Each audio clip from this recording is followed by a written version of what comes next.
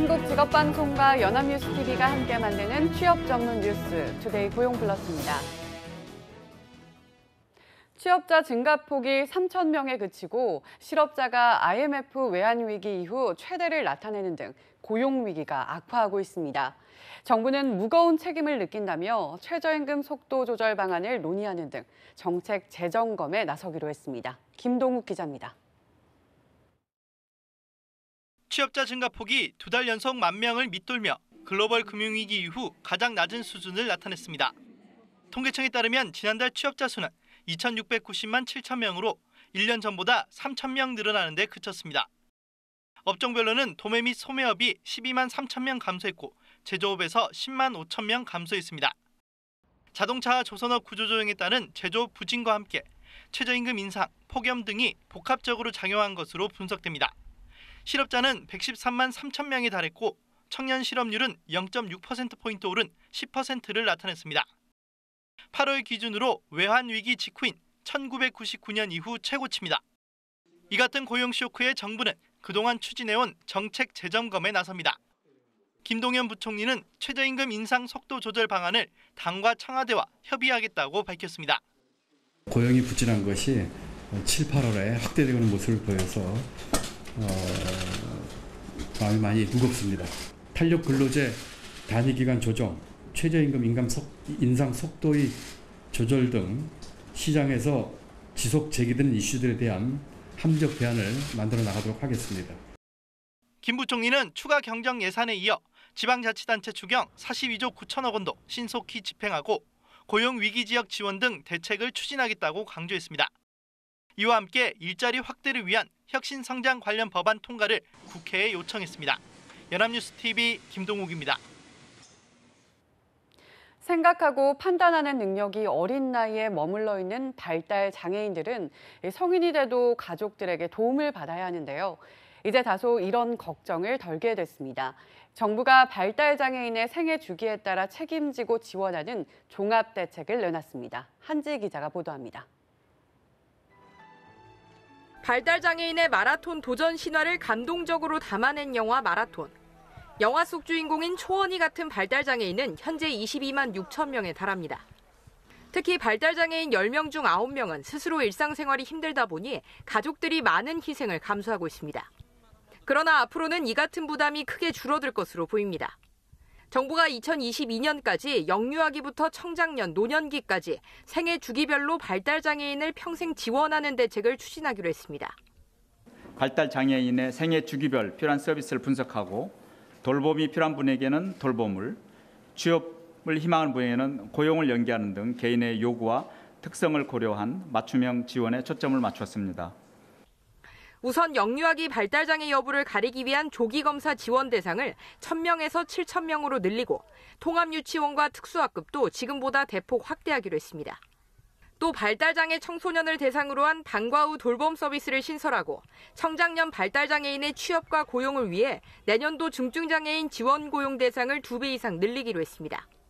노년층 발달장애인을 위해서는 지역사회 커뮤니티 케어 구축을 통해 발달장애인이 활동 지원, 장기 요양 등 재가 서비스를 편리하게 이용할 수 있게 할 계획입니다.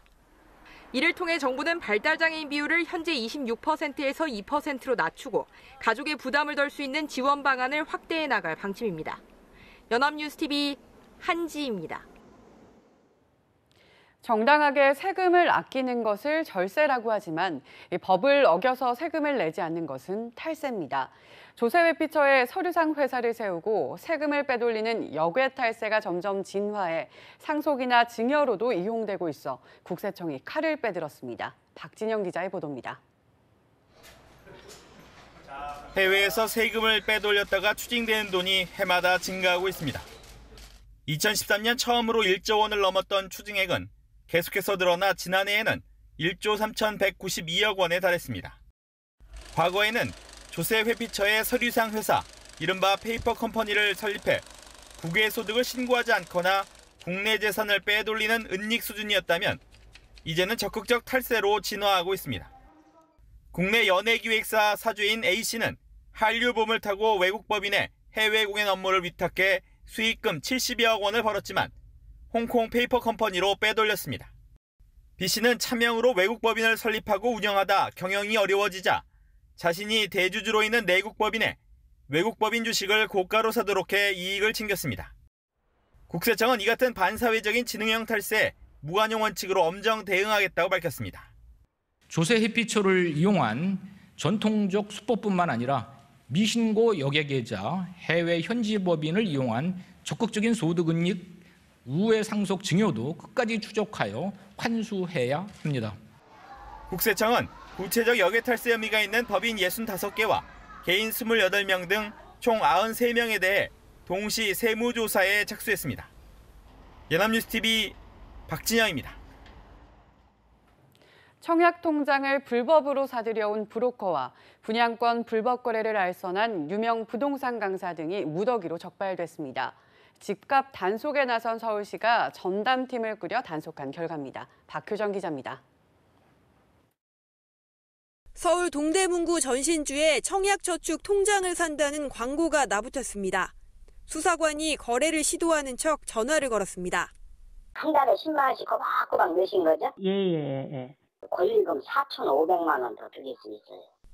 부동산 관련 수사권을 검찰에서 넘겨받은 서울시 민생사법경찰단이 올해 초부터 단속한 결과 청약통장 브로커 8명 등 60명을 무더기로 붙잡았습니다. 전단을 보고 연락한 사람의 청약 조건을 따져 수백만 원에서 수천만 원까지 거래했고 아파트 분양에 당첨되면 고액의 웃돈을 얹어 되팔았습니다. 일정한 사무실도 없이 카페에서 거래하고 대포폰으로 수사망을 피해가는 동안 서울 집값은 계속해서 뛰는 등 부동산 시장은 더욱 혼탁해졌습니다. 회원수 30만 명을 넘는 인터넷 부동산 카페 운영자는 분양권 불법 거래를 알선했다 적발됐습니다. 분양권 당첨 때까지 투자 정보를 제공한다며 회원에게 수백만 원을 받은 뒤 부동산 불법 전매를 알선한 것으로 드러났습니다. 이 밖에 공인중개사 자격증을 빌려주고 수수료를 챙긴 공인중개사와 서울 아파트 분양권을 얻기 위해 위장 전입한 30대 가장 등도 적발됐습니다. 서울시는 거짓 매물을 올리거나 임의적으로 가격을 담합하는 등 부동산 시장 교란 행위에 대해 지속적으로 점검하겠다고 밝혔습니다. 연합뉴스TV 박효정입니다. 미군이 떠난 용산기지 활용 방안으로 임대주택을 짓자는 목소리가 이어지고 있습니다. 관련 의견이 모이며 청와대 게시판도 뜨거운데 시민들도 긍정적인 의견을 내놨습니다. 그만큼 정부의 부동산 대책에 대한 관심이 높다는 것을 의미합니다. 곽준영 기자가 직접 들어봤습니다. 미군이 떠난 용산기지를 임대주택으로 탈바꿈하는 방안이 전 계층의 관심사로 떠올랐습니다. 우선 치솟는 집값에 사회 진출 전부터 초조한 취업 준비생들의 관심이 큽니다. 처음부터 월급만 받고 살 수도 없고 서울에서 임대주택 같은 게 생기면은 사회 초년생이나 아니면 취업 준비생들한테는 경제적으로 더 도움이 되지 않을까. 취업 문턱을 넘었지만 집 장만까지 시일이 걸릴 수밖에 없는 사회 초년생들 역시 기회라는 목소리를 냈고 주거비 부담이 너무 커서 독립하고 싶어도 지금 독립하기가 어렵긴 하거든요. 영구임대주택 자체가 좀 가격대도 아무래도 낮을 거고 부담이 좀 확실히 줄 것 같아서. 어렵사리 거처를 구했지만 먼 거리에서 출퇴근하는 직장인들도 지리적 이점에 공감합니다. 집 살려면 솔직히 힘들잖아요. 이제는 편하게 자기 직장 생활하면서 어떤 서울의 인프라를 누리기에는 최적의 입지가 아닌가. 이미 집을 갖고 있는 중장년 세대도 청년들의 주거 문제는 결국 자신들의 고민이라며 용산기지 임대주택 방안에 관심이 높습니다. 자식을 집을 사줘야 되는 층한테도 이거는 큰 해법이 될 수 있죠. 그러면은 자신들한테 더 집중할 수 있고 노후 문제, 실버 문제에 해결고리가 돼서. 선진국과 달리 임대주택에 대한 인식이 좋지 않은 우리나라에서 주거 문화를 바꿀 수 있는 방법이라는 의견도 나옵니다. 상징적으로 한번 그런 아주 중심지에다가 젊은 층들이 꿈을 꿀 수 있는 임대주택에 대한 시각 이런 게 좀 바뀔 수 있는 긍정적인 면도 있다. 연합뉴스TV 곽준영입니다. 입에 담기도 민망할 정도로 도를 넘은 모바일 게임 광고들이 논란이 되고 있습니다. 선정적이고 폭력적인 광고로 유저를 끌어들이는 건데 어떤 사전 심의도 없이 아이들에게 그대로 노출되고 있습니다. 박수주 기자입니다. 가난하다는 이유로 프로포즈를 거절당한 남성이 총을 들고 은행을 털어 부자가 되자 여성이 결혼해달라고 매달립니다. 유튜브나 SNS상에서 초등학생도 쉽게 볼 수 있는 모바일 게임 광고입니다. 지난 4월 한 중국 업체는 돈벌이 수단으로 여성의 몸을 팔게 하는 내용 등으로 12세 이용가 게임 광고를 하다 거센 비난을 받았습니다. 뒤늦게 해당 광고는 삭제됐지만 인터넷상에서는 여전히 이처럼 자극적인 광고를 쉽게 찾아볼 수 있습니다. 현행법상 게임물에 대한 심의는 있지만 광고에 대한 사전 심의는 없기 때문입니다. 광고는 게임이 아니라 그러니까 영상이나 뭐 방송 이런 걸로 보고 있거든요. 게임관리위원회에서는 할 수 있는 건 제일 할 수 있는 건 이게 사후 모니터링이거든요. 이런 빈틈을 노려 게임 내용과는 무관한 허위 과장 광고로 유저를 끌어모으는 겁니다. 국내 지사가 없는 뭐 중국, 특히 중국 쪽 게임사들이라든가 그런 경우가 좀 있는 걸로 파악이 되고 있고요. 짧은 기간 동안 잠깐 서비스에서 매출을 뭐 올릴 수 있는 만큼 올리고 빠지겠다 이렇게 생각하는 회사들도 있는 것 같고요. 최근 국회에서는 게임 광고의 청소년 유해성 여부를 사전 심의토록 하는 법안이 발의되기도 했습니다. 하지만 일부 해외 업체들 문제로 M1 국내 게임 업계가 규제 된서리를 맞는 것 아니냐는 불만도 있습니다. 이 때문에 사후 심의를 유지하되 단순 광고 차단을 넘어 게임 자체에 불이익을 주는 식으로 제재를 강화해야 한다는 의견이 나옵니다. 연합뉴스 TV 박수주입니다. 로봇의 사람과 비슷한 수준의 감각을 구현하려는 연구가 활발히 진행되고 있습니다. 국내 연구진이 로봇의 촉각을 지닌 피부를 입히는 기술을 개발했습니다. 정윤덕 기자입니다. 공상 과학 영화의 한 장면입니다. 로봇의 피부에 액체를 뿌리자 상처가 금세 아뭅니다. 이런 모습이 현실이 될 날이 성큼 다가왔습니다. 국내 연구진이 개발한 로봇 피부는 단순히 로봇의 겉을 감싸는 데서 더 나아가 촉각까지 지니고 있습니다. 실제로 로봇 피부를 꼬집거나 옆으로 늘리자 연결된 그래프가 크게 요동칩니다. 전기적 특성이 실리콘보다 훨씬 뛰어난 신소재의 탄소 나노튜브를 활용했기에 자극을 감지할 수 있는 겁니다. 수직 압력을 정확히 측정할 수 있는 로봇 피부를 개발하여 두 가지를 동시에 활용한다면 인간 피부 수준의 촉각을 구현할 수 있을 것으로 기대됩니다. 게다가 액체로 돼 있어 로봇에 입히기도 쉽습니다. 영화에서처럼 뿌리기만 하면 됩니다. 로봇의 덩치가 아무리 커도 문제되지 않고 대량 생산도 가능합니다. 로봇은 굉장히 복잡한 굴곡을 가지고 있기 때문에 피부를 입히기가 굉장히 어렵습니다. 저희가 개발한 기술은 이 용액 공정으로 쉽게 이런 복잡한 표면에 피부를 입힐 수 있고 이 같은 성과를 담은 논문은 나노 분야 국제학술지 표지 논문으로 소개됐습니다. 연합뉴스 TV 정윤덕입니다.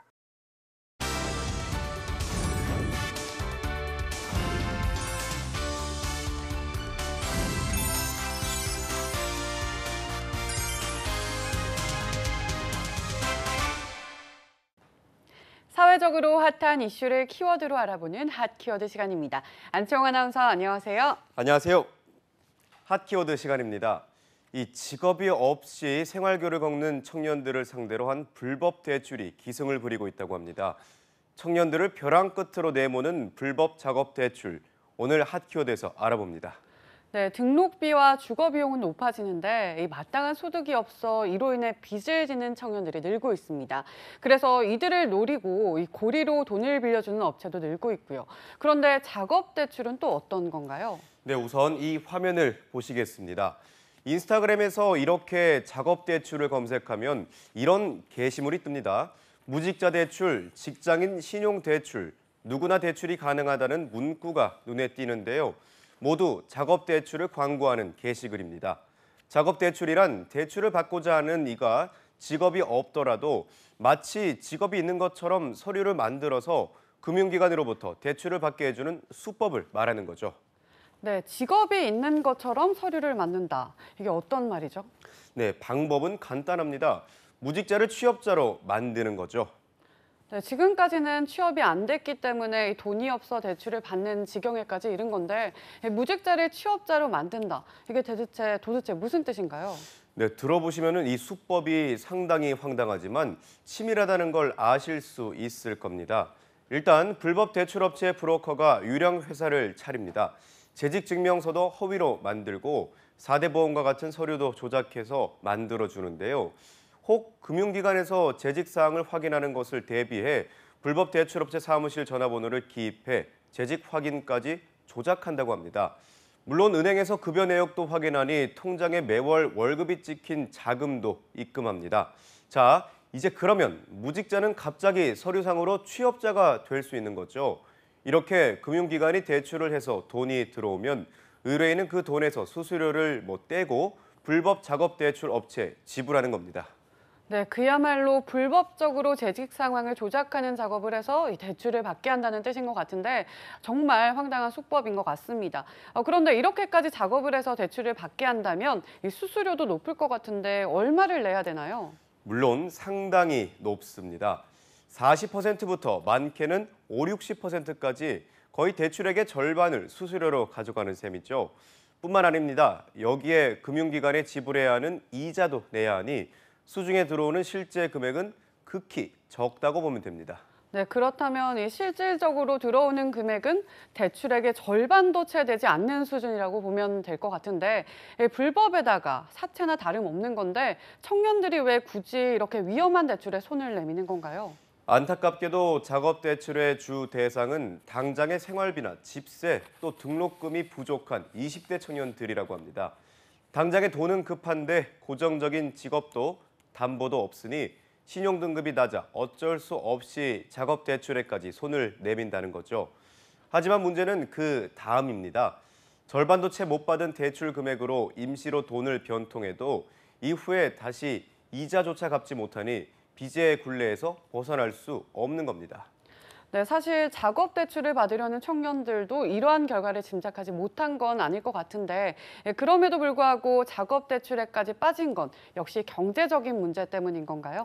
네, 방금 전에도 말씀드렸다시피 가장 큰 이유는 경제적 절박함 때문이고 또 다른 이유는 불법 작업 대출에서 돈을 빌리려는 청년들에게 이 파산을 종용한다는 겁니다.